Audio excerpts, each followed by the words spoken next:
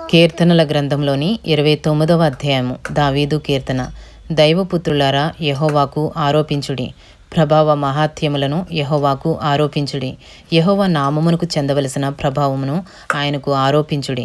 ప్రతిష్ఠితములగు ఆభరణములను ధరించుకుని ఆయన ఎదుట సాగిలపడుడి. యెహోవా స్వరము జలముల మీద వినబడుచున్నది. మహిమగల దేవుడు ఉరుము వలె గర్జించుచున్నాడు. మహాజలముల మీద యెహోవా సంచరించుచున్నాడు. యెహోవా స్వరము బలమైనది. యెహోవా స్వరము ప్రభావము గలది.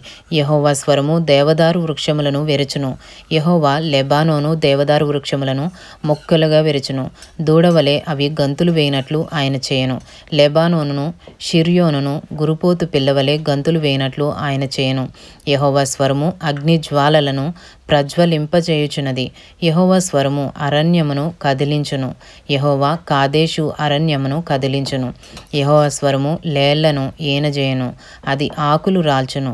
ఆయన ఆలయములో నున్నవన్నీయు ఆయనకే ప్రభావము అనుచున్నవి. యెహోవా ప్రళయ జలముల మీద ఆసీనుడాయను. యెహోవా నిత్యము రాజుగా ఆసీనుడై ఉన్నాడు.